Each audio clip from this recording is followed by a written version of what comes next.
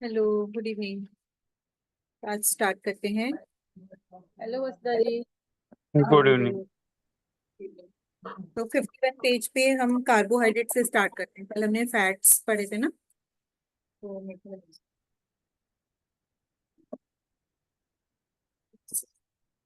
हाँ, तो कार्बोहाइड्रेट्स ठीक है। 51 पेज पे सबसे नीचे। तो कार्बोहाइड्रेट्स जो है हमारे जो डाइट होती है, अगर कभी आपने फूड पिरामिड देखा होगा, सबसे नीचे कार्बोहाइड्रेट्स होते हैं। हमें सबसे ज्यादा, एक से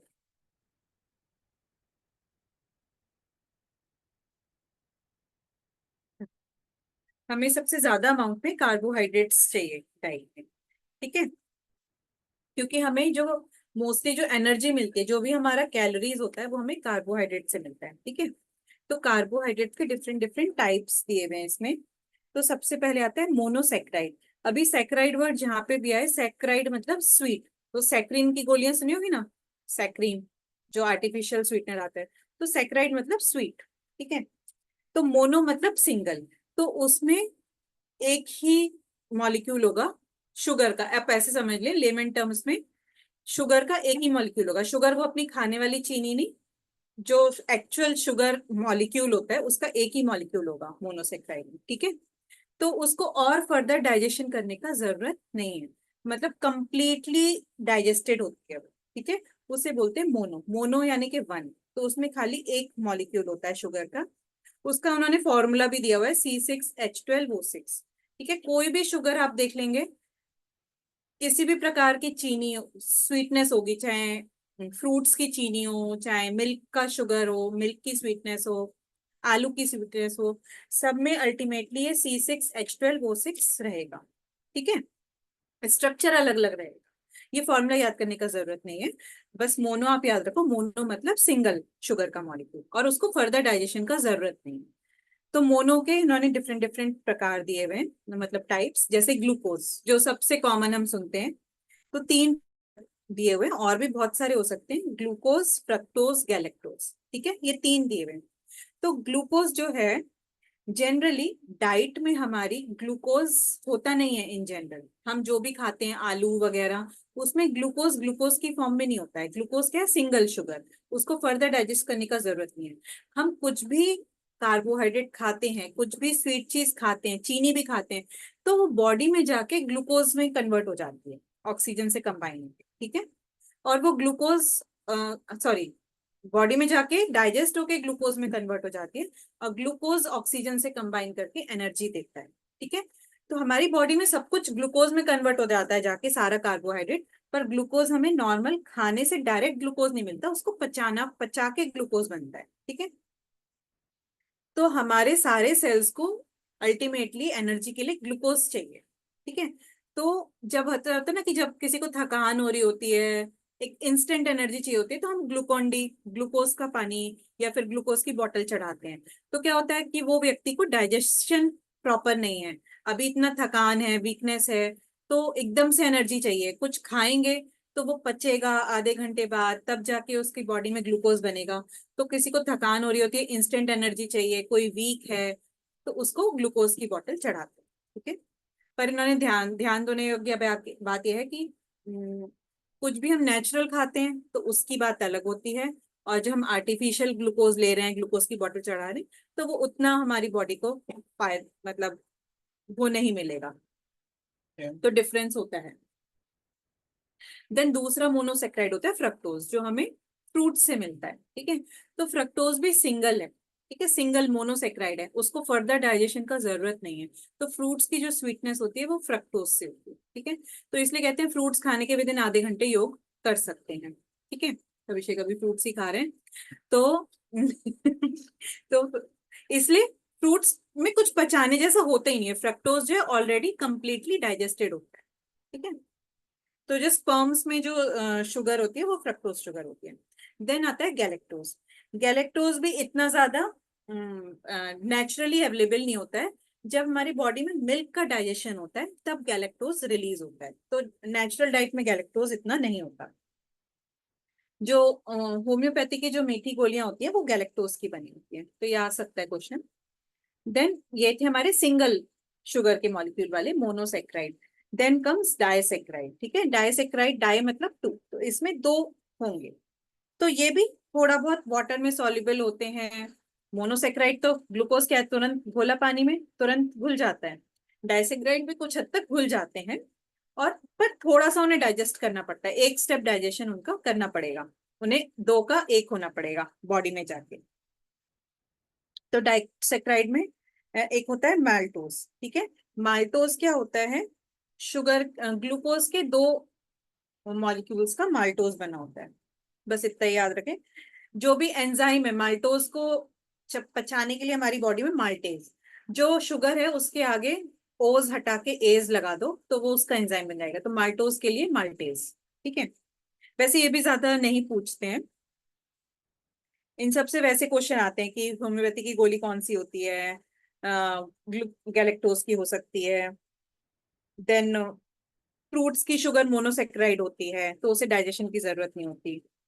देन आता है सुक्रोज, सुक्रोज यानी कि हमारी जो टेबल शुगर, जो हम चीनी, सफेद चीनी या जो चीनी हम खाते हैं एक्चुअली, वो सुक्रोज होती है, वो शुगर केन से बनती है।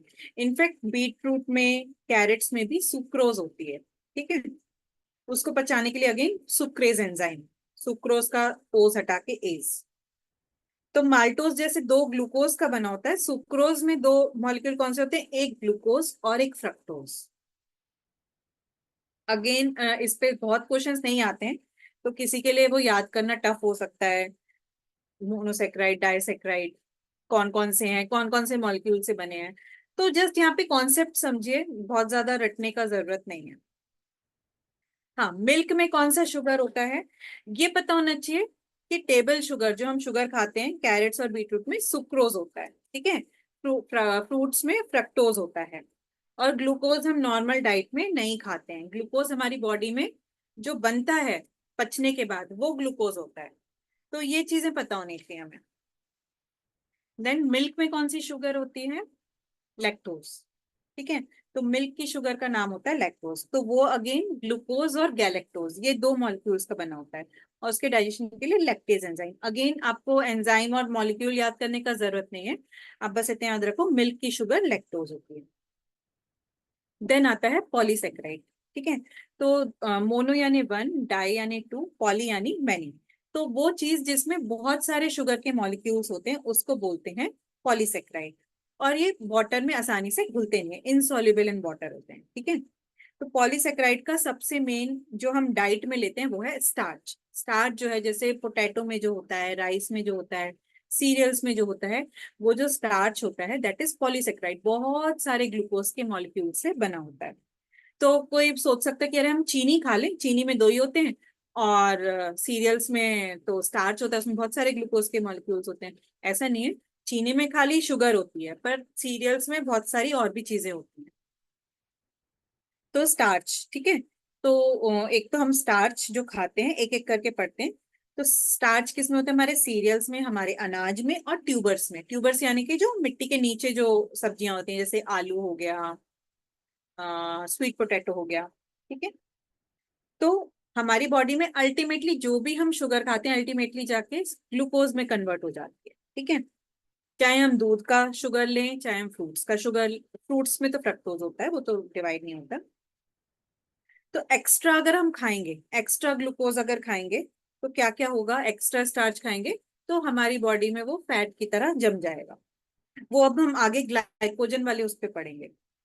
देन दूसरा, प्लांट्स में जो हम डाइट में खाते हैं एक तो होता है स्टार्च, दूसरा होता है सेलुलोज, ठीक है। सेलुलोज क्या होता है, जैसे धनिए के पत्ते, धनिए की जो डंठल होती है, जो फाइबर होता है, तो सेलुलोज हमारी बॉडी पचा नहीं सकती। तो सेलुलोज क्या होता है, एक तरीके से फाइबर हो गया, वो हमारी बॉडी बना ग्लूकोज का ही होता है वो, बट उस वो हमारी बॉडी पचा नहीं सकती। इस तरीके से वो जुड़े हुए होते हैं उसमें ग्लूकोज के मॉलिक्यूल, उसको पचाने का एंजाइम हमारी बॉडी के पास है ही नहीं। तो वो फाइबर की काम करता है सेलुलोज, ठीक है। तो ये बात ध्यान रखें कि सेलुलोज हमारी बॉडी नहीं पचा सकती, सेलुलोज फाइबर में हेल्प करता है, वो बाउल मूवमेंट को क्लीन करेगा। तो स्टार्च एक्सेस में हार्मफुल है, बट सेलुलोज क्या है, सेलुलोज तो हमारे लिए अच्छा है।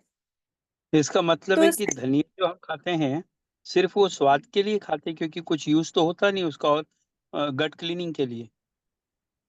हाँ, तो धनिये में बाकी विटामिन मिनरल्स भी होते हैं, अच्छा, वो बट डाइजेस्ट होता है। हाँ विटामिन मिनरल्स डाइजेस्ट होते हैं, जो उसका सेलुलोज होता है वो डाइजेस्ट। Okay, got. थैंक। ठीक है। देन ग्लाइकोजन, ठीक है। तो स्टार्च और सेलुलोज जो थे वो हमें प्लांट से मिलता है मेनली, ठीक है। और ग्लाइकोजन क्या है, जब हमारी बॉडी में जब हम कुछ भी कार्बोहाइड्रेट खाते हैं वो ग्लूकोज में जाके कन्वर्ट हो जाता है।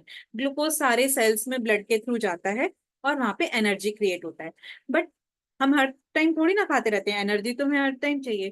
तो जो भी एक्स्ट्रा ग्लूकोज है वो पहले यूज हो गया हर एक सेल में जाके, और जो भी एक्स्ट्रा ग्लूकोज है वो लिवर के पास चला जाता है।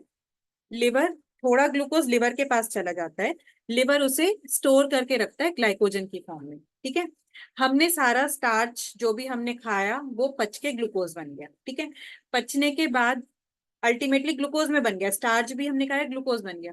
फिर जो एक्स्ट्रा ग्लूकोज है वो लिवर में गया, और वो अगेन जाके ग्लाइकोजन की फॉर्म में स्टोर हो जाता है। तो ग्लाइकोजन भी क्या है, पॉलीसेक्राइड है। मतलब हमने पॉलीसेक्राइड ही खाया, और हमारी बॉडी में जो एक्स्ट्रा पचने के बाद वो जमा हो गया फिर से अगेन पॉलीसेक्राइड की फॉर्म में। तो ग्लाइकोजन हमारी बॉडी में स्टोर्ड पॉलीसेक्राइड है, ठीक है। तो जो भी हम एक्स्ट्रा ग्लूकोज खाते हैं, एक्स्ट्रा स्टार्च, एक्स्ट्रा कार्बोहाइड्रेट खाते हैं, तो वो एक तो लिवर में जाके ग्लाइकोजन की फॉर्म में स्टोर हो जाता है। दूसरा, हमारे मसल्स को तुरंत तुरंत हर टाइम एनर्जी चाहिए, तो मसल्स में ग्लाइकोजन की फॉर्म में स्टोर हो जाता है। और फैट की फॉर्म में हमारे जो चर्बी है, जैसे हम जो दिखाई देती है हमारी सबक्यूटेनियस फैट, उसमें जाके स्टोर हो जाता है, ठीक है। तो हर एक की बॉडी अलग अलग होती है, कोई कोई लोग ज्यादा पचा लेते हैं, ठीक है ना, कोई कोई लोग कितना ही खा ले उनको मतलब पतले रहते हैं। तो क्या होता है, उनका मसल्स स्ट्रांग होता है, कोई कोई लोगों का मसल स्ट्रांग होता है, तो मसल्स में ज्यादा ग्लाइकोजन जाएगा। तो और वो उनका मसल्स यूज कर लेता है वो ग्लाइकोजन, ठीक है। तो मसल्स स्ट्रांग होना इसलिए भी जरूरी है। और कोई कोई लोगों का क्या होता है, लिवर और मसल्स में स्टोर होने के बजाय सारा सारा फैट के फॉर्म में स्टोर होता रहता है, और वो खाते हैं पर थके थका फील करते हैं, क्योंकि उनकी मसल्स और लिवर में स्टोर नहीं हो रहा है, सब फैट की फॉर्म में स्टोर हो रहा है। इसलिए कहते हैं क्या कि वेट लॉस के लिए मसल्स बिल्ड करो और फैट अपने आप कम हो जाएगा। हाँ, इसीलिए कहते हैं कि वेट लॉस करना है तो स्ट्रेंथ ट्रेनिंग करके मसल्स बिल्ड करने पे ध्यान दो, क्योंकि मसल्स बिल्ड हो गए तो वो अपने आप आपकी बॉडी एक बर्निंग, फैट बर्निंग की तरह काम करेगी, ठीक है। तो ये ग्लाइकोजन भी दिमाग में रखना है, ग्लाइकोजन भी एक तरीके का पॉलीसेक्राइड है। स्टार्च और ग्लूकोज, सेलुलोज हमें प्लांट से मिलता है, और ग्लाइकोजन हमारी बॉडी में स्टोर्ड होता है। अब यहाँ पे हॉर्मोन्स का नाम दिया हुआ है, वो एक्चुअली पता भी होना चाहिए। इंसुलिन क्या करता है, पेज नंबर 54 पे आ गए हैं, कि इंसुलिन ग्लूकोज को एनर्जी में कन्वर्ट करने का काम करता है, ठीक है। और अ, और एक्स्ट्रा ग्लूकोज को ग्लाइकोजन में कन्वर्ट करने का काम करता है। अब जब ग्लाइकोजन चाहिए हमारी बॉडी, सॉरी ग्लाइकोजन से वापस ग्लूकोज चाहिए होता है, तो वो दूसरा हार्मोन आता है ग्लूकागॉन। तो दोनों हार्मोन पैनक्रियाज से ही सिक्रीट होते हैं, ग्लूकागॉन भी और इंसुलिन भी। तो इंसुलिन ग्लूकोज से एनर्जी, या फिर ग्लूकोज से ग्लाइकोजन, और ग्लाइकोजन से वापस ग्लूकोज चाहिए, तो वो लिवर में स्टोर्ड ग्लाइकोजन से ग्लूकोज चाहिए, या मसल्स को ग्लाइकोजन को एनर्जी के लिए ग्लूकोज में कन्वर्ट करना है, तो ग्लूकागॉन हार्मोन चाहिए।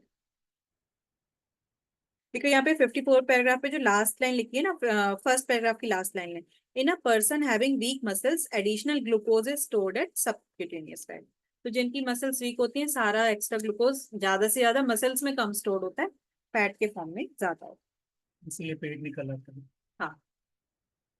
अच्छा, अभी हमने फैट में पढ़ा था 30% हमारा कैलोरी रिक्वायरमेंट फैट से होना चाहिए। तो सबसे ज्यादा एनर्जी हमारे को कहाँ से आती है, 70%। 70% हमारी बॉडी में जो एनर्जी है वो हम कार्बोहाइड्रेट से लेते हैं, ठीक है। बट डाइट का 45% ही हिस्सा होना चाहिए कार्बोहाइड्रेट्स, ठीक है। तो एनर्जी और डाइट का परसेंटेज से कंफ्यूज मत करिए, अगेन ये भी रटने का जरूरत नहीं है आपको, कम ज्यादा पता होना चाहिए, ज्यादा carbohydrate come fat, and protein negligible. Protein से एनर्जी लेने का काम नहीं है हमारा। अच्छा, अभी कार्बोहाइड्रेट से हमें एनर्जी मिलती है, इसका मतलब ये नहीं कि हम स्टार्च खाएं, सीरियल्स खाएं, फ्रूट्स में भी कार्बोहाइड्रेट होता है। तो कह रहे हैं कि मैन की जो हमारी जो मेन नेचर थी वो फ्रूटेरियन थी, तो ये क्वेश्चन आ जाता है कि man is not neither vegetarian nor non vegetarian, man is what, fruitarian. Actually जो हमारी नेचर है, हमारी बॉडी जिस हिसाब से बिल्डअप है, तो हमारी बॉडी को फ्रूट्स ज्यादा खाने चाहिए। तो जो लोग हैवी वर्क करते हैं, लेबरर्स होते हैं, वो 50% सीरियल्स खा सकते हैं, उनको पचा लेंगे। बट जो हम लोग नॉर्मल सिटिंग जॉब है, ज्यादा काम नहीं है अपने को, तो हमें सीरियल्स कम खाने चाहिए, फ्रूट से अपना कार्बोहाइड्रेट रिक्वायरमेंट ज्यादा पूरा करना चाहिए।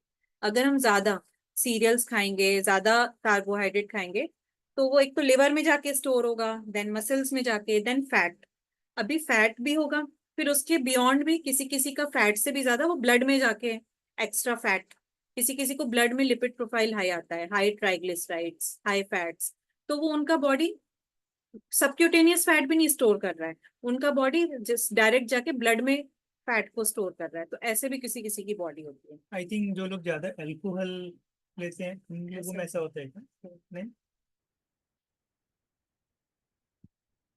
तो कोई कोई लोग ऐसे आपने देखे होंगे कि दिखेंगे पतले, पर उनका कोलेस्ट्रॉल लेवल्स, ट्राइग्लिसराइड लेवल बहुत हाई होता है, क्योंकि उनकी बॉडी की मशीनरी ऐसी है कि वो एक्स्ट्रा जो भी ग्लूकोज है, एक्स्ट्रा फैट, वो जमाती भी नहीं है बॉडी पे, वो सीधे ब्लड में बढ़ाती रहती है। तो फार्मर्स जो लेबरर्स होते हैं उनको ज्यादा सीरियल्स चाहिए, बट हम जैसे जो सिटिंग जॉब है, ज्यादा इतना वर्किंग नहीं है, तो हमें सीरियल्स कम से कम खाने चाहिए, ज्यादा से ज्यादा फ्रूट्स खाने चाहिए। ठीक है, देन 54 पेज पे इतना ही है। Then we come to digestion वाला। तो डाइजेशन हमने ऑलरेडी डाइजेस्टिव सिस्टम में भी पढ़ा था। तो डाइजेशन क्या होता है, कॉम्प्लेक्स सब्सटेंसेस को सिंपल सब्सटेंसेस में कन्वर्ट करना। जैसे हमने स्टार्च खाया, सीरियल खाया, वो क्या था, पॉलीसेक्राइड, उसमें बहुत सारे ग्लूकोज के मॉलिक्यूल हैं, वो वाटर में इनसॉल्युबल है, तो उसको पचा के अपनी बॉडी में सिंपल ग्लूकोज में, जैसे कार्बोहाइड्रेट को ग्लूकोज में कन्वर्ट कर देना। फैट्स हैं तो उसको फैटी एसिड और ग्लिसरॉल में कन्वर्ट कर देना। प्रोटीन खाया तो उसे अमाइनो एसिड में कन्वर्ट कर देना। तो converting water insoluble starch, protein and fats into water soluble glucose, amino acids and fatty acids. ठीक है, ये एग्जैक्ट ये सारे वर्ड्स नहीं भी याद रहेंगे तो चलेगा, आप ये लिख सकते हो, complex water insoluble substances to simple water soluble substances. ठीक है, तो मेनली हमें डाइजेशन किस चीज का करना होता है, कार्बोहाइड्रेट्स, प्रोटीन्स और फैट्स का। विटामिन और मिनरल्स ऑलरेडी वाटर सॉल्युबल होते हैं, कुछ कुछ विटामिन फैट सॉल्युबल है, बट वो ऑलरेडी सिंपल फॉर्म में ही होते हैं, उन्हें फर्दर डाइजेस्ट करने की जरूरत नहीं होती है, तो डायरेक्टली ब्लड में एब्जॉर्ब हो जाते हैं। तो अभी डाइजेशन शुरू कहाँ होता है, सबसे पहले टीथ में। ठीक है, तो टीथ में हम च्यूइंग करते हैं, उसको बोलते हैं मास्टिकेशन। हम मोटा मोटा खाने को चबा चबा के उसको छोटा छोटा करते हैं। ठीक है, जब वो छोटा हो जाता है, जो माउथ में एंजाइम्स होते हैं उनको उस पे वर्क करने पे हेल्प मिलती है। ठीक है, तो माउथ में हमारे सलाइवा में एक एंजाइम होता है टाइलिन। ठीक है, तो टाइलिन जो है वो अल्कलाइन मीडियम में काम करता है। तो टाइलिन जो है सिर्फ स्टार्च पे काम करता है। ठीक है, स्टार्च को वो फर्दर थोड़ा सा ब्रेक डाउन, बहुत सारे पॉलीसेक्राइड है, बहुत सारे उसमें ग्लूकोज मॉलिक्यूल है, तो थोड़ा सा ब्रेक डाउन कर देता है। मतलब पॉली में बहुत सारी ब्रांचेस हैं, तो अल्टीमेटली ब्रेक डाउन करके वहां पे भी पॉलीसेक्राइड ही रहेगा, बट बड़ा पॉलीसेक्राइड का छोटा पॉलीसेक्राइड हो जाएगा माउथ में। ठीक है, अभी जब खाना पेट में जाता है, तो पेट में स्टार्च का, कार्बोहाइड्रेट का डाइजेशन स्टॉप हो जाता है, पेट में खाली किसका डाइजेशन होता है, प्रोटीन। मतलब प्रोटीन। हाँ, तो पेट में खाली प्रोटीन का डाइजेशन होता है। ठीक है, फिर फर्दर खाना जब इंटेस्टाइन में जाता है, तो वो फर्दर उसका कार्बोहाइड्रेट, फैट्स, प्रोटीन सबका डाइजेशन कंप्लीट होता है। हाँ सॉरी, स्मॉल इंटेस्टाइन में जाता है। तो इसलिए जितना ज्यादा हम माउथ में खाना 32 बार चबाएंगे, अब वो जो कार्बोहाइड्रेट है जब हमने खाया, स्टमक में तो ऐसे ही पड़ा हुआ है, तो जितना ज्यादा हम यहाँ पे चबा के वो जो टाइलिन एंजाइम है उसे छोटा से छोटा, मतलब लिक्विड कर दे, जितना ज्यादा वो चबा ले उतना अच्छा है, उतना इंटेस्टाइन पे जाके लोड कम पड़ेगा, स्टमक में वो एक्स्ट्रा कम देर पड़ा रहेगा। ठीक है, तो इतना चबाना चाहिए कि वो लिक्विड हो जाए, जिससे कि इंटेस्टाइन में, स्मॉल इंटेस्टाइन में जाके आसानी हो उसे डाइजेस्ट करने। तो इसलिए कहते हैं drink the solids and eat the liquids, ये स्टेटमेंट आ जाता है अप्रोप्रिएट स्टेटमेंट्स में, drink the solids and eat the liquids, तो ये अच्छा स्टेटमेंट है। ईट द मतलब सॉलिड्स को इतना चबाओ कि लिक्विड बन जाए, और पानी को ऐसे गट गट गट गट करके मत पी जाओ, सिप सिप करके पियो। तो लिक्विड्स को ऐसे, ये नहीं किया ये पानी है पी गए, सिप सिप करके, इसका मतलब ये है। ठीक है, तो अभी खाना जब स्टमक 56 पेज पे आ गए, जब खाना स्टमक में गया तो वो पेप्सिन एंजाइम, माउथ में कौन सा एंजाइम था, सलाइवा में टाइलिन। टाइलिन, ठीक है, और स्टमक में कौन सा है, पेप्सिन। तो पेप्सिन वर्क करता है हमारा प्रोटीन्स पे। ठीक है, अब खाना स्टमक में अगर प्रोटीन कुछ भी लिया हमने तो 3 से 4 घंटे लगते हैं। ठीक है, तो अगर हमने खाली कार्बोहाइड्रेट लिया है, कुछ फ्रूट लिया है, खाली चावल लिया है, तो स्टमक में का कुछ काम ही नहीं है, तो वो खाना आधे घंटे में ही स्टमक से पास आउट होके स्मॉल इंटेस्टाइन में चला जाता है। इसीलिए नेचुरोपैथी में बोलते हैं कि फ्रूट्स, वो सॉरी, चावल दाल एक साथ मत खाओ, रोटी दाल एक साथ मत खाओ, क्योंकि दाल एक बार चली गई और दाल के साथ रोटी है, दाल के साथ या तो चावल है, तो वो अननेसेसरली वो चावल और रोटी स्टमक में 4 घंटे पड़ा रहेगा विद दाल, क्योंकि दाल को डाइजेस्ट होने में 4 घंटा लगेगा। तो बहुत ज्यादा सीरियल्स और प्रोटीन्स को मिक्स नहीं करना चाहिए। और फ्रूट्स क्या है, फ्रूट्स में तो कुछ पचाने जैसा है ही नहीं, बस खाओगे आधे घंटे में पच के खत्म। तो इसलिए भी कहते हैं कि फ्रूट्स एम्प्टी स्टमक खाने चाहिए। अगेन फ्रूट्स में कुछ पचाने लायक नहीं है, खाने के बाद आप फ्रूट खा रहे हो, तो वो अगेन कहते हैं ना कि स्टमक में फूड एसिड, वो जो फ्रूट आपने खाया वो एसिड क्रिएट करेगा खाने के बाद अगर खा रहे हो तो, और अगर नॉर्मल खाया तो वो आधे घंटे में विद इन पूरा पच के एब्जॉर्ब होके खत्म। और अगर खाने के बाद खा लिया फ्रूट तो वो अननेसेसरली 4 घंटा पेट में जाएगा, चार फिर आधा पौन घंटा फिर से स्मॉल इंटेस्टाइन में पड़ा रहेगा अननेसेसरली। तो इसलिए कहते हैं, यहाँ पे अगेन एक लाइन है कि फ्रूट्स ईटन 57 पेज पे first line, fruits eaten on empty stomach is like gold whereas the fruit consumed after meals is like iron। Empty stomach fruit खाओगे तो सोने पे सुहागा, और अगर भरे पेट खा रहे हो तो आयरन, लोहे के समान कड़क हो जाएगा। मतलब इसमें 56 पेज में फर्स्ट पैरा में ही कुछ लाइन लिखा हुआ है जो आपने बताया था, drink the solid and eat the liquid में, when starchy foods are eaten with lemon pickle, और फिर था tasting acidic food items like kokum तरम्बर, the starch will not be digested even in mouth because enzyme ptyalin is unable to function in acidic medium. इसका मतलब थोड़ा सा बताएंगे? तो जब हम कोई भी स्टार्ची फूड खाते हैं तो माउथ में टाइलिन एंजाइम वर्क करता है, ठीक है, सलाइवा में। वो एंजाइम उन्होंने 55 पेज पे लिखा, वो एल्कलाइन मीडियम पे काम करता है। ठीक है, उसको क्या बोलते हैं, क्षारीय अम्लीय, क्षारीय मीडियम चाहिए होता है उसको, एल्कलाइन मीडियम। ठीक है, तो जब टाइलिन को काम करने के लिए क्षारीय मीडियम ही चाहिए। हाँ क्षारीय चाहिए। तो ओके। जब हम कुछ खट्टी चीज खा रहे हैं, कुछ एसिडिक या नींबू खा रहे हैं, जैसे पोहे पे, एज पर नेचुरोपैथी पोहे पे नींबू डालना नहीं चाहिए।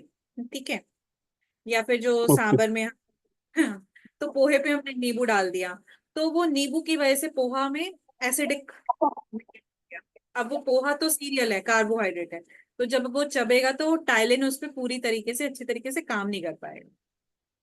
नींबू तो तो क्षारीय है ना?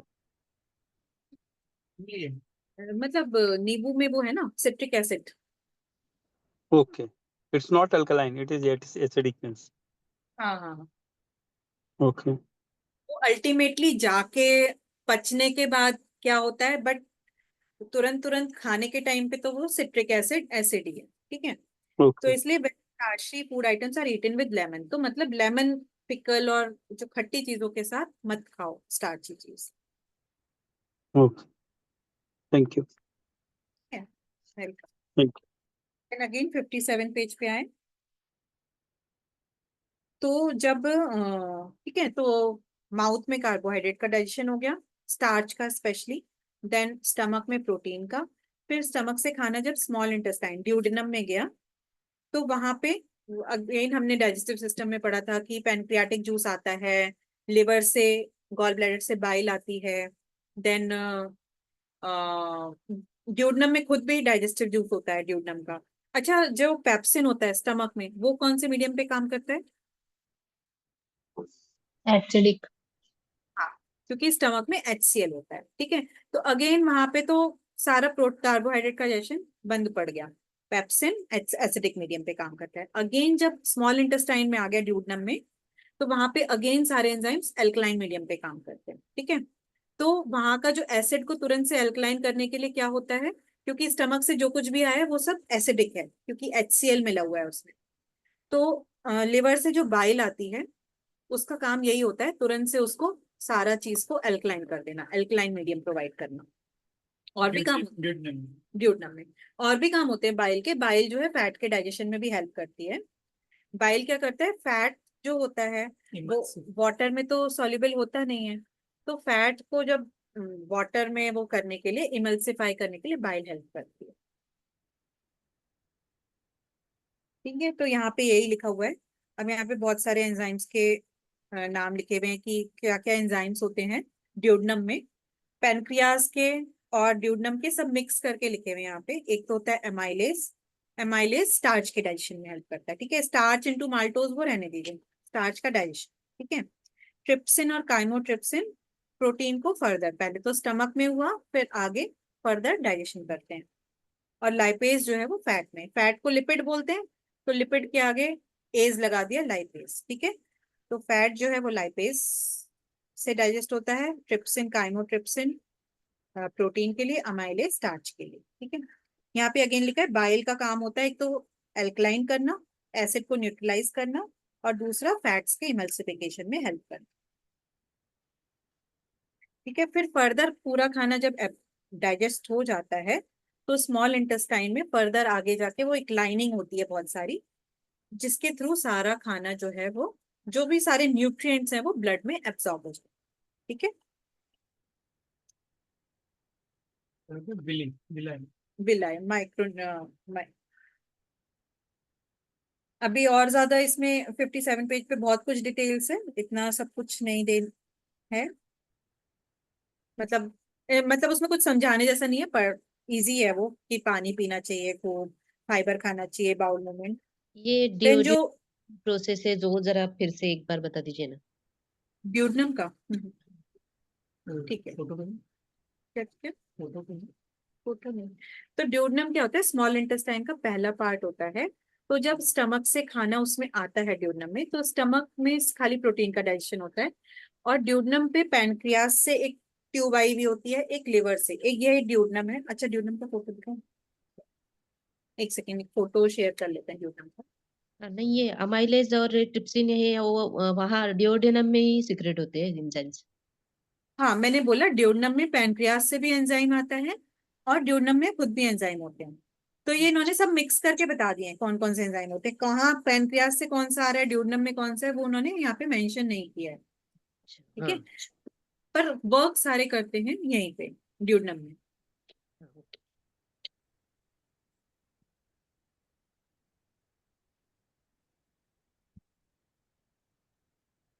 ठीक है। तो ये था हमारा, ये स्टमक के बाद, ये तो स्टमक था, स्टमक के बाद ये छोटा सा ये जो सी शेप्ड है, ये है ड्यूडनम, ठीक है। तो ड्यूडनम से यहाँ पे लिवर से एक बाइल डक्ट आ रही है जो बाइल दे रही है, और ये पत्ती जैसा पैनक्रियाज है जो भी ड्यूडनम पे एक छोटी सी ये देख रहे हैं ना, ये जुड़ा हुआ है, ठीक है। तो इसने भी अपना जूस सिक्रीट किया, लिवर ने बाइल सिक्रीट करी, और स्टमक से जो कुछ भी आया यहाँ पे तो वो एसिडिक था, तो बाइल से तुरंत से वो एल्कलाइन हो जाता है। और यहाँ पे खुद के भी जूसेस होते हैं, पैनक्रियाज के जूसेस होते हैं, तो उससे वो पूरा ये सब डाइजेशन होता है, ठीक है। देन अब सारा एब्जॉर्ब हो गया स्मॉल इंटेस्टाइन में, उसके बाद खाना जाता है यहाँ पे लार्ज इंटेस्टाइन में, ठीक है। तो ये लार्ज इंटेस्टाइन में सिर्फ और सिर्फ क्या काम होता है, मोस्टली वाटर, जो एक्स्ट्रा पानी चला गया है वाटर एब्जॉर्ब होता है, और जो बिना पचा हुआ खाना है वो स्टूल बन जाता है, ठीक है।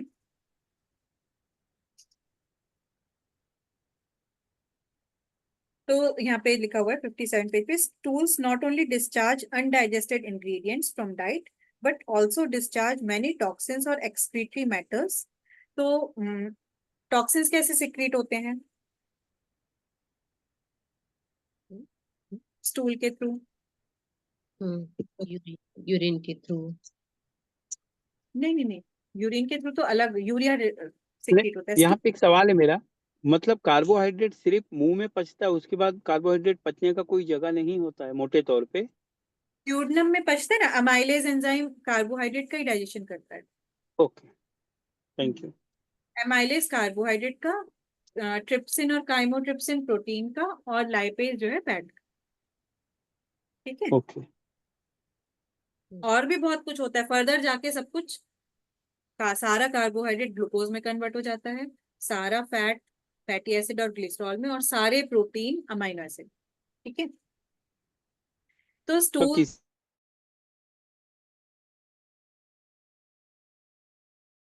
उसको ए दांत से तो कोई, दांत का काम बस चबाना है, वो तो सलाइवा में एंजाइम होता है। अच्छा, मतलब नकली दांत से सलाइवा का कोई लेना देना नहीं है? हाँ। हम्म, ओके। ठीक है। तो स्टूल्स के थ्रू जो भी अनडाइजेस्टेड है वो डिस्चार्ज होता है। अच्छा, स्टूल में जो येलो कलर होता है बाइल की वजह से होता है, बाइल में एक पिगमेंट होता है, उसकी वजह से स्टूल का कलर येलो होता है। देन लिवर के थ्रू जब बाइल आती है, तो सारा डिटॉक्स, हमारा डिटॉक्सिफिकेशन का मेन ऑर्गन कौन सा है? लिवर। ठीक है। तो लिवर बाइल डक्ट के थ्रू बहुत सारे टॉक्सिन्स भी भेज देता है। ठीक है। तो वो टॉक्सिन्स अगेन बाइल के थ्रू हमारे स्टूल्स के थ्रू निकल जाते हैं स्टूल्स में। ठीक है। तो बहुत सारा टॉक्सिन्स, बहुत कुछ स्टूल के थ्रू हमारा निकल जाता है शरीर प्लीज से। प्लीज ये रिपीट करना जो लास्ट 2 सेंटेंसेस है, बाइल हाँ, और उसका। तो जो स्टूल्स के थ्रू इसमें लिखा हुआ है कि बहुत खाली अनडाइजेस्टेड मटेरियल ही नहीं डिस्चार्ज होता है, हमारे शरीर के बहुत सारे टॉक्सिन्स भी डिस्चार्ज हो जाते हैं। ठीक है। तो टॉक्सिन्स हमारे पेट में भी हो सकते हैं, हमारे पूरा डाइजेस्टिव ट्रैक्ट में भी हो सकते हैं, पर मेन सारे टॉक्सिन्स, बॉडी का मेन डिटॉक्सिफिकेशन कहाँ होता है? किडनी के थ्रू तो यूरिया निकलती है। ठीक है। पर मेन, और जो भी कुछ अनाप शनाप जो भी रहता है बॉडी में, वो सारा निकलता है मेनली लिवर के थ्रू। तो लिवर जो सारे टॉक्सिन्स है वो निकालता कैसे है? एक तो बहुत सारे टॉक्सिन्स को ब्रेक डाउन भी कर देता है, पर वो बहुत सारे बाइल के थ्रू भी आ जाते हैं। बाइल डक्ट ड्यूडनम में आती है, ड्यूडनम से वापस वो लार्ज इंटेस्टाइन में जाता है सारा। तो बाइल के थ्रू, वो स्टूल के थ्रू सारे टॉक्सिन्स अल्टीमेटली निकल जाते हैं। और ये बताया था स्टूल का जो येलो कलर होता है, बाइल में एक पिगमेंट होता है येलो कलर का, उसकी वजह से होता है। ओके ओके, अच्छा। Thank you. जस्ट एक statement, is it the right statement कि फैट भी हमारा स्टूल के थ्रू निकल जाता है क्या? हाँ, अगर फैट भी निकल सकता है। क्योंकि अगर लीवर के पास जो एक्स्ट्रा नहीं नहीं नहीं वो नहीं। नहीं, अच्छा। एक्स्ट्रा फैट के लिवर के थ्रू, स्टूल के थ्रू निकलता है। अगर हम फैट के साथ कुछ वो वाला फाइबर रिच फूड खाते हैं, तो वो एब्जॉर्ब ही नहीं होगा इंटेस्टाइन के थ्रू, ब्लड में डायरेक्ट निकल जाए। ये ये कर सकते हैं कि अगर हम कुछ फैटी चीज खा रहे हैं, उसके साथ बहुत सारी फाइबरस चीजें खा लें, तो वो एब्जॉर्ब ही नहीं होगा ब्लड में, इंटेस्टाइन के थ्रू निकल जाएगा। तो फाइबर का एक, हमने निसर्गाहार में फाइबर का रोल पढ़ा था ना। हाँ, कि फाइबर समोसा के साथ चटनी इसलिए ज्यादा खानी चाहिए। कि कुछ भी अगर एक्स्ट्रा है, तो फाइबर एक्स्ट्रा खा लो, तो वो एब्जॉर्ब ही नहीं होगा। और जिसके पास पहले से ही एक्स्ट्रा फैट्स हो वो भी फाइबर खा ले, मेरे जैसे। तो ब्लड में जमा वो भी निकालता है फाइबर। अच्छा अच्छा, ठीक, थैंक यू। और मसल्स को स्ट्रॉन्ग करेंगे, तो हमारी मसल्स, मसल्स क्या है हमारी, वो एक तरीके से क्या है कि भट्टी है, वो उसमें हाँ, जलाती रहेगी फैट। चलाती रहेगी। ठीक है, थैंक यू।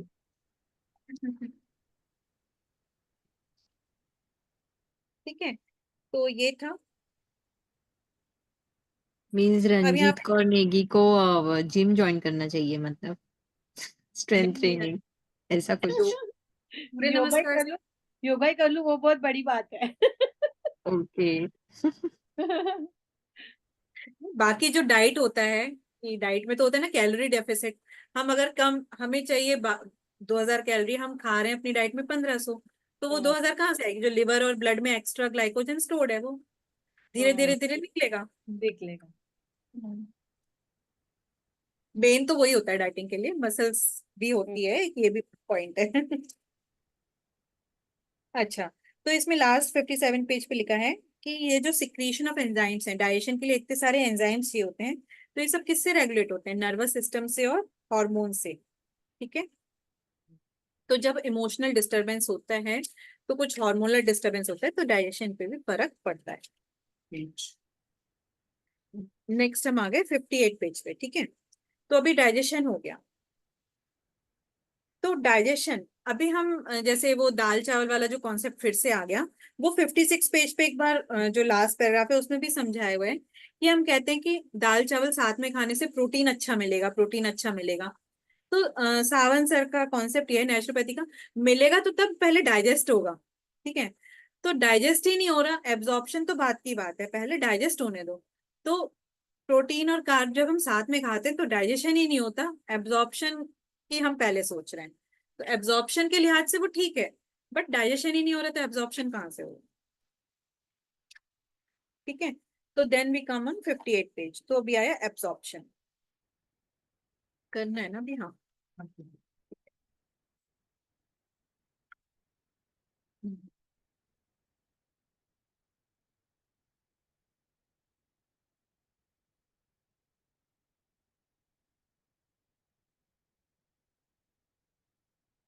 ठीक है, तो पहले पैराग्राफ में ज्यादा कुछ नहीं, यही लिखा है कि जब खाना सारा इंटेस्टाइन से, लार्ज इंटेस्टाइन में आ जाता है, तो सारा का सारा वहां से एब्जॉर्ब हो जाता है हमारे ब्लड में या फिर लिम्फेटिक वेसल्स में।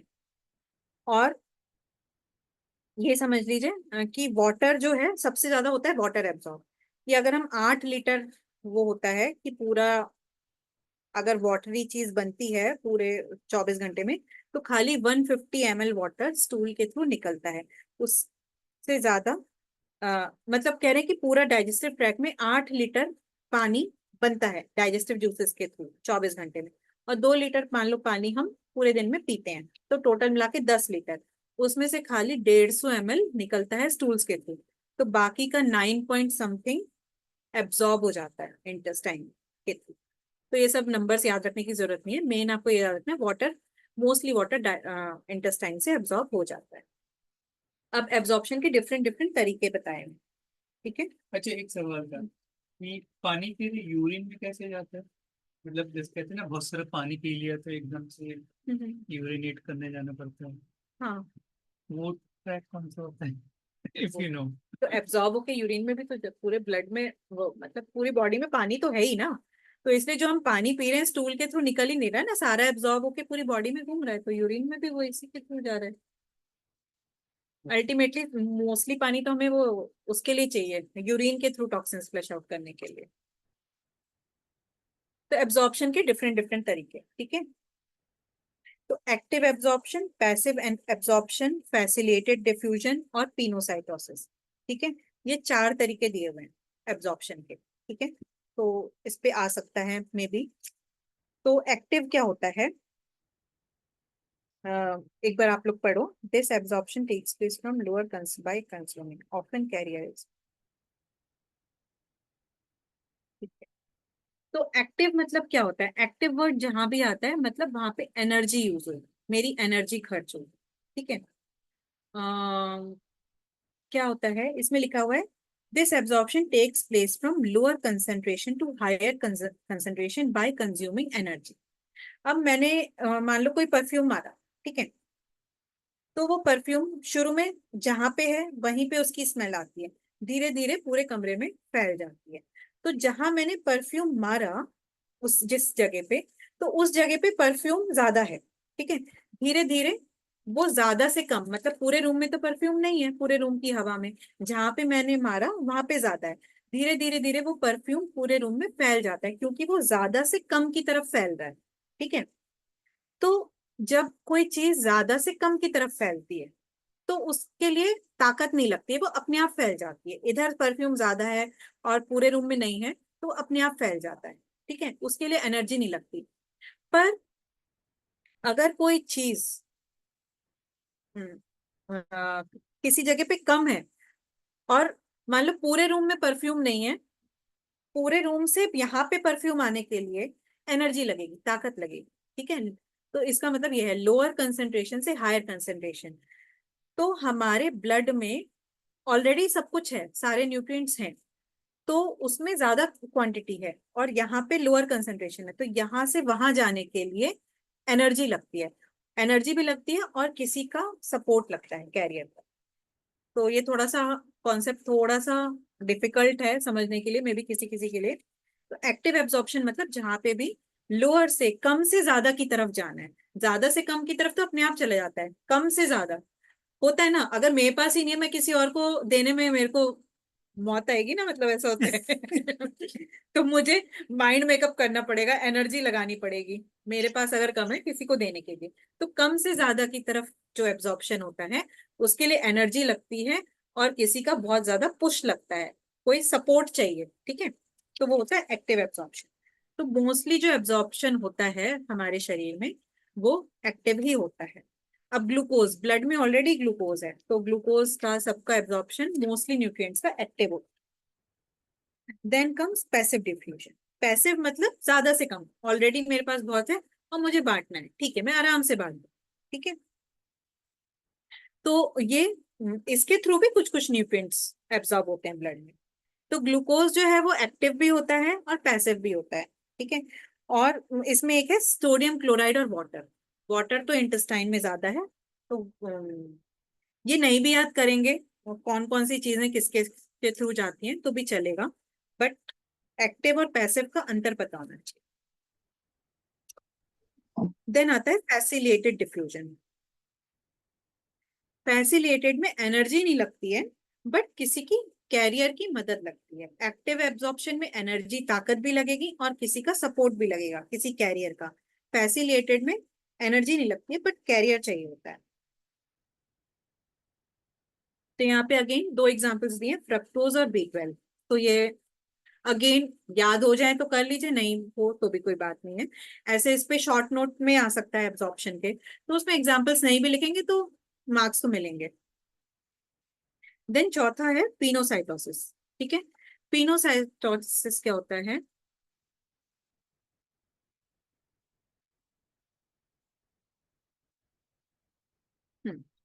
कि वो जो सेल्स होते हैं वो ऐसे माउथ ओपन करके खा लेते हैं, ऐसे समझ लीजिए कि वो माउथ में वो ऐसे माउथ टाइप का बनाते हैं सेल्स, उसकी वॉल्स, और वो माउथ में चला जाता है।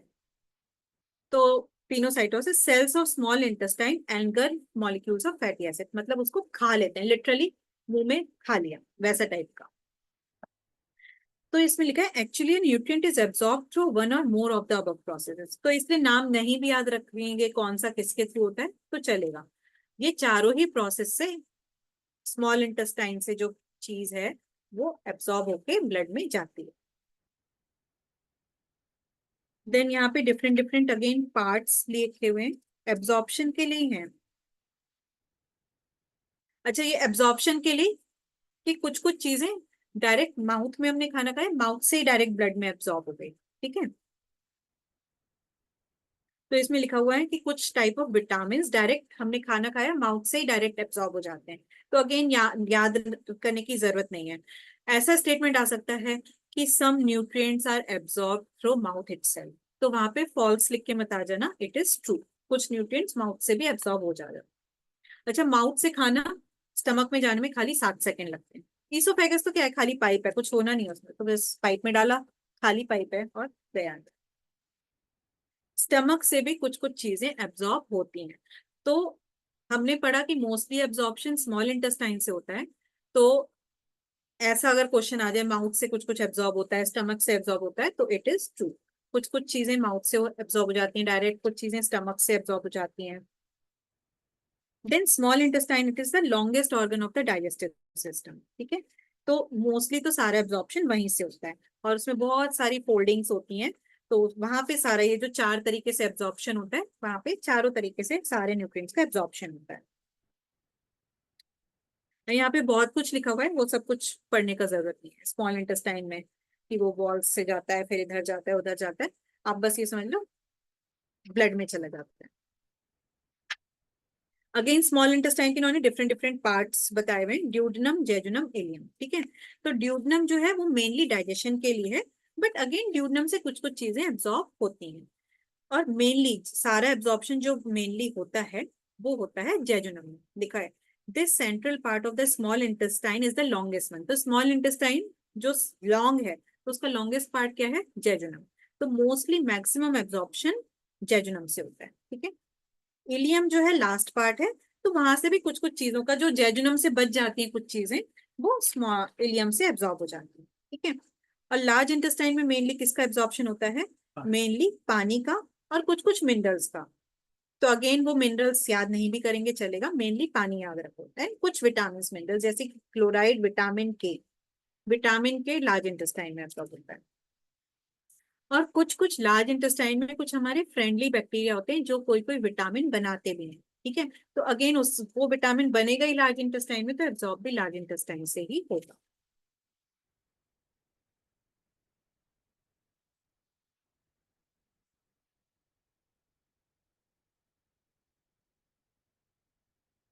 ठीक है, तो पानी का एब्जॉर्प्शन मेनली कौन से प्रिंसिपल से होता है? Passive diffusion. पानी इंटेस्टाइन में बहुत सारा है तो वो अपने आप आराम से चला जाता है। ठीक है, आराम से एब्जॉर्ब हो गया। तो इसलिए जब हम नमक वाला पानी पीते हैं तो वो एब्जॉर्ब नहीं होता है जल्दी। तो वो क्यों है? क्योंकि नमक वाले पानी से पानी का कंसंट्रेशन वो हो गया, नमक का कंसंट्रेशन बढ़ गया, तो वो एब्जॉर्ब नहीं होता है। वो जो आइसोटोनिक वाला फंडा था, नमक डालने से उसकी जो सैलिनिटी है बढ़ जाती है, वो पैसिव डिफ्यूजन नहीं हो पाता है पानी का। इसलिए वो कहते हैं ना कि शंख प्रक्षालन करना है तो नमक वाले पानी से करो, या फिर जो भी हम दंड वगैरह करते हैं, ये नॉर्मल पानी पियेंगे तुरंत से एब्जॉर्ब हो जाएगा क्योंकि वो पैसिव डिफ्यूजन से जा रहा है। यहाँ पे ज्यादा है, तुरंत से चला गया एब्जॉर्ब होके। पर जब नमक वाला पानी पियेंगे तो वो पैसिव डिफ्यूजन हो नहीं पाता है।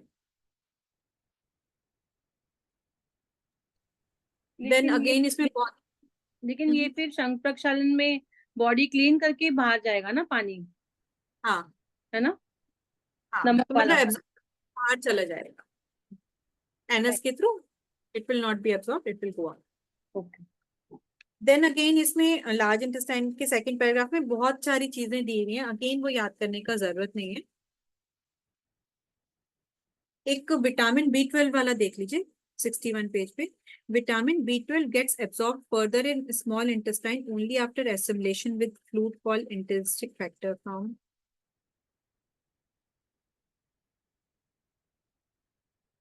इसको थोड़ा एक्सप्लेन कीजिएगा प्लीज, B12 को।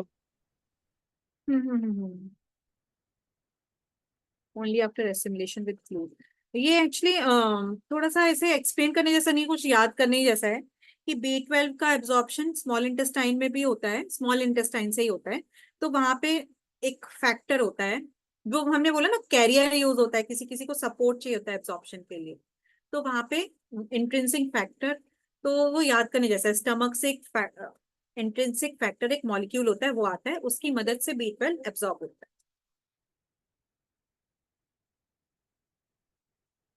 ठीक है, तो खाली हमने खाना ले लिया, खा लिया, वो जरूरी नहीं है। हमने विटामिन मिनरल्स रिच खाना खा भी लिया, पचने की तो जरूरत है नहीं उसमें, बट एब्जॉर्प्शन होना भी जरूरी है। तो एब्जॉर्प्शन होने के लिए हमने पढ़ा ना किसी किसी चीज का सपोर्ट चाहिए होता है, जैसे विटामिन B12 को इंट्रिंसिक फैक्टर चाहिए होता है। ऐसी एक्टिव एब्जॉर्प्शन जब होता है तो बहुत सारे सपोर्ट चाहिए होता है। ठीक है ना, मेरे पास नहीं है, मेरे को देने, मेरे पास ही कमी है और देना है, तो मुझे वो चाहिए ना, मुश्किल पड़ेगी, तो मुश्किल के लिए साथी कोई चाहिए, तो वो साथी भी होना जरूरी है एब्जॉर्प्शन के लिए।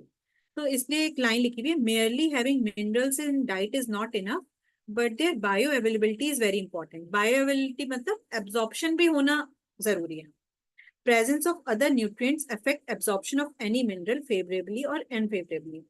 तो कई बार क्या होता है कि कोई कोई चीज का जो सब एब्जॉर्प्शन के लिए जो सपोर्ट होता है ना, एक दूसरे को ही सपोर्ट करते हैं कुछ कुछ चीजें।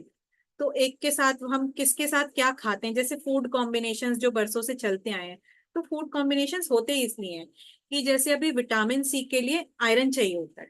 ठीक है, विटामिन सी के एब्जॉर्प्शन या आयरन के एब्जॉर्प्शन के लिए विटामिन सी चाहिए होता है। ठीक है, तो ऐसे ही विटामिन कैल्शियम के एब्जॉर्प्शन के लिए विटामिन D चाहिए होता है।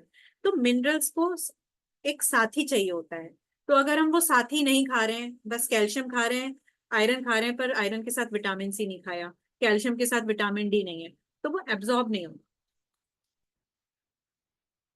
ठीक है, तो अगेन वो वाला पॉइंट अभी बता रहे हैं, वही पॉइंट बता रहे हैं, absorption of calcium and absorption of iron. ठीक है,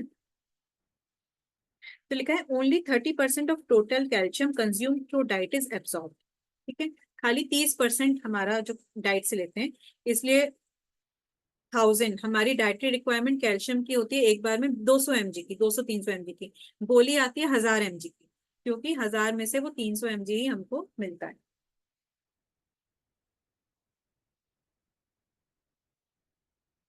देन इसमें एक चीज लिखी है कि कैल्शियम के एब्जॉर्प्शन के लिए क्या क्या चाहिए होता है, विटामिन डी, कुछ कुछ थायराइड पैराथ हार्मोन, वो एंडोक्राइन ग्लैंड में पढ़ोगे आप लोग, एक पैराथायराइड ग्लैंड एक पैराथ हार्मोन सिक्रीट करता है, वो भी कैल्शियम के एब्जॉर्प्शन को रेगुलेट करता है।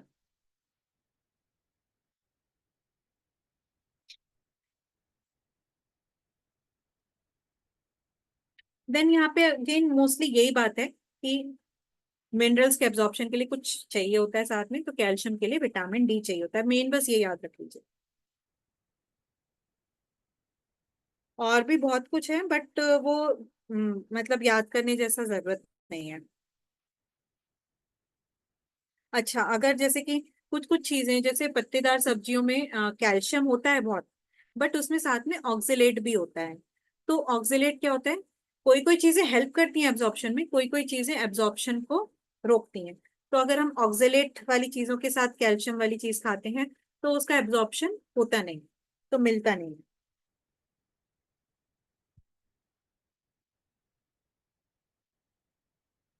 Vitamin, then vitamin D, vitamin A का लिखा हुआ है, वो याद करने की जरूरत नहीं है। कैल्शियम का विटामिन डी के साथ लिंक याद कर लीजिए, और ऑक्जेलेट के साथ। ठीक है, ऑक्जेलेट के साथ नहीं होता है।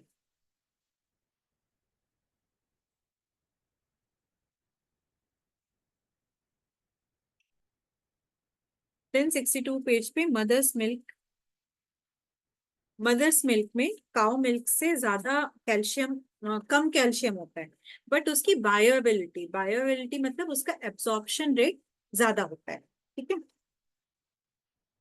तो मतलब काओ के मिल्क में मे बी कैल्शियम ज्यादा हो, बट वो कैल्शियम खाली 30% एब्जॉर्ब हो रहा होगा। बट मदर मिल्क में कैल्शियम भले ही काओ मिल्क से कम है, बट वो पूरा का पूरा 100% एब्जॉर्ब हो जाता है। तो इसलिए हमें कुछ भी खाना देखना है, या कुछ भी मेडिसिन भी, अगर हम सप्लीमेंट्स भी लेते हैं, तो हमें डोसेज से ज्यादा उसका एब्जॉर्प्शन देखना चाहिए, एब्जॉर्प्शन कितना हो रहा है। अच्छा, अगेन लिखा है कि calcium absorption is adversely affected due to phytic acid present in rice और wheat bran and also in spinach. तो अगेन फाइटिक एसिड, ऑक्जेलेट से भी हेम्पेयर होता है कैल्शियम का एब्जॉर्प्शन, और फाइटिक एसिड से भी।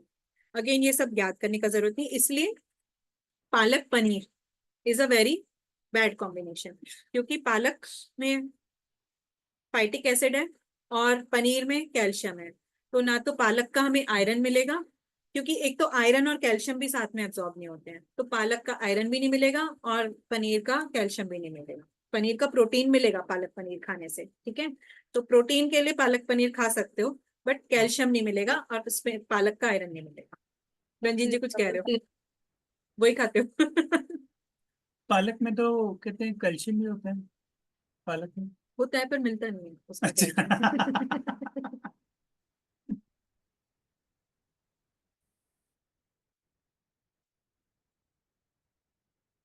ठीक है, तो ये बेसिक बेसिक लिखा हुआ है, बहुत ज्यादा रटने की जरूरत नहीं है, इसमें बहुत सारे कॉम्बिनेशंस दिए हुए हैं। तो बेसिक बेसिक, अब जैसे पालक पनीर है, थोड़ा सा हम नॉर्मल जो एक डेली बेसिस पे हम खाते हैं उसके बारे में क्वेश्चन ज्यादा आ जाते हैं। जो एक इन जनरल है, जो ज्यादा खाते ही नहीं है जो चीजें, उसके लिए ज्यादा समझने ऐसा की क्वेश्चन आ सकता है कि पालक पनीर खाया तो बताओ क्या मिलेगा क्या नहीं मिलेगा। जरूरत। Then absorption of iron. ठीक है, iron is found in two forms. One as heme iron from protein compounds and other as ferrous oxide in inorganic form. तो प्रोटीन वाला बहुत इजली,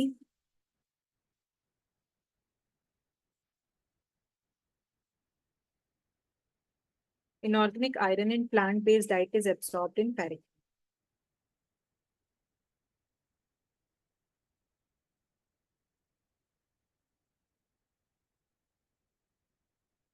ठीक है, तो अगेन आयरन के बारे में लिखा है, आयरन का एब्जॉर्प्शन भी विटामिन सी के साथ अच्छा होता है, और जो प्रोटीन रिच चीजों में जो आयरन होता है इसका एब्जॉर्प्शन अच्छा होता है।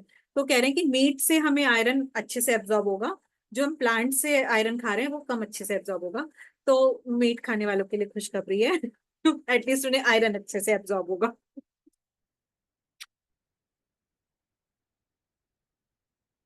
ठीक है, देन अगेन बहुत सारा उसमें कुछ कुछ मतलब फैक्ट्स दिए हुए हैं, science research based, science based.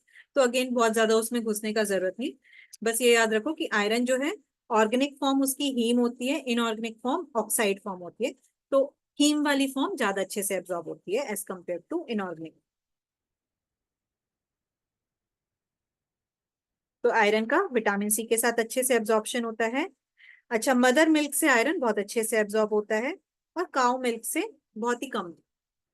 Iron को तो हम मिल्क मिल्क को तो आयरन का सोर्स हम मानते ही नहीं, बट मदर मिल्क, बच्चों को आयरन कहाँ से मिलता है, कभी सोचा है? क्योंकि जो छोटे बच्चे होते हैं 6 महीने खाली दूध पीते हैं, तो उन्हें आयरन कहाँ से मिलता है? तो मम्मी के दूध में आयरन होता है, और वो आयरन अच्छे से एब्सॉर्ब भी होता है। ठीक है,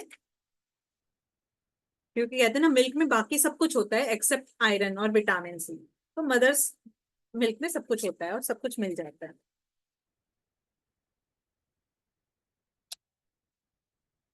देन इसमें और भी कुछ कुछ लिखा हुआ है, हाँ 62 पेज पे लास्ट लाइन, उसमें ज्यादा पढ़ने का जरूरत नहीं है।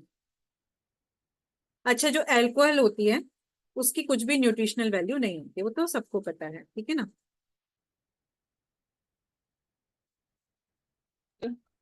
जो अल्कोहल लेते हैं उनसे पूछ के देखो।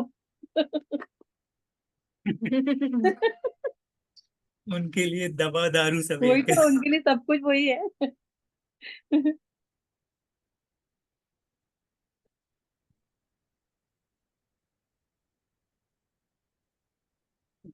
ठीक है, तो अल्टीमेटली जिन्होंने लास्ट पैराग्राफ में ये बोला है कि ये सब कुछ रटने से ज्यादा समझने का जरूरत है, कि बहुत कुछ कॉम्प्लेक्स है। हम सोचते हैं कुछ मार्केट में नया ट्रेंड आता है, चलो ये खा लो, इसमें ज्यादा प्रोटीन मिलेगा, इसमें ज्यादा प्रोटीन है, ये सब मार्केटिंग गिमिक्स होती हैं। किसी में कैल्शियम बहुत अच्छा हो, प्रोटीन बहुत अच्छा हो, एक तो पहली बात डाइजेस्ट होना चाहिए, डाइजेस्ट होने के बाद एब्जॉर्ब होना चाहिए। तो अल्टीमेटली बॉडी, तो वही कहते हैं कि जो हम नेचुरल डाइट जब हम लेते हैं, एज पर टू नेचुरोपैथी के जो प्रिंसिपल्स हमें सिखाए गए हैं उसके हिसाब से लेते हैं, हम सिंपल डाइट लेते हैं, एक अलग अलग चीजें खाते हैं, मतलब पहले के हिसाब से जो डाइट लेते हैं। अभी ये नहीं कि आज ये कॉम्बिनेशन आया, आज तो कुछ भी किसी में खिचड़ी पका देते हैं, मिक्स कर देते हैं। अभी तो खिचड़ी मतलब वैसी वाली खिचड़ी नहीं, कुछ भी होता है ना कि कुछ भी मिक्स कर दिया। तो उसको फॉलो कर, कुछ भी नया ट्रेंड फॉलो करने से पहले देखो वो डाइजेशन होगा नहीं होगा, एब्जॉर्प्शन होगा नहीं होगा। तो जितना ज्यादा है नेचुरल डाइट अगर आप खाओगे, सिंपल रखोगे अपने डाइट को, एक बार की मील सिंपल होनी चाहिए, ठीक है, तो उतना ज्यादा आपको फायदे मिलेंगे। तो अल्टीमेटली पूरा पॉइंट ये है। ठीक है, तो आई थिंक इस पे कम करते हैं, नॉलेज ऑफ नेचुरल डाइट, वो जल्दी हो जाएगा। नॉलेज ऑफ नेचुरल डाइट और आखिरी है ना, प्रिंसिपल्स ऑफ नेचुरल डाइट, 2 और बचे। 2 चैप्टर और बचे हैं अभी, कोई प्रॉब्लम नहीं। तो ये सब जो भी हमने चैप्टर्स पढ़े, इनमें से मेनली ऐसे स्टेटमेंट्स वाले, ट्रू फॉल्स वाले क्वेश्चन आते हैं। फाइबर पे एक क्वेश्चन आ जाता है शॉर्ट नोट, एंड एब्जॉर्प्शन वाले उस पे आ जाता है कि एब्जॉर्प्शन 4 प्रकार के लिखिए। ठीक है, तो कल मिलते हैं। कल करेंगे। कल, अच्छा कल कुछ और भी देखेंगे कल का, मतलब कुछ और भी होगा तो देखते हैं, नहीं होता ना बिल्कुल। ठीक है, कल तो कुछ भी नहीं है, कल ट्यूसडे है। कर लो, कल टाइम बहुत कम है अभी। हाँ, कर लो। चलेगा। परसों 15 तारीख को फिर मैं वो रहेगा वसुधा। क्या? 15 तारीख को गुरु नानक जयंती रहेगी ना, तो मुझे गुरुद्वारे जाना रहेगा, तो प्लीज कर चल, ले। हाँ? ठीक है, चल, चल। Thank you. 15 हाँ 15 फ्राइडे, 15 फ्राइडे का है। अच्छा 15 हाँ तारीख को। ठीक है। हाँ, तो उस दिन फिर शायद मेरा अटेंड नहीं हो पाए। चले, ठीक ठीक है, तो कल परसों कर लेते हैं। ठीक है, thank you very much. You. Bye thank bye. You. Abhishek, Vasudha ji. Thank thank you. You. Thank you. Thank you.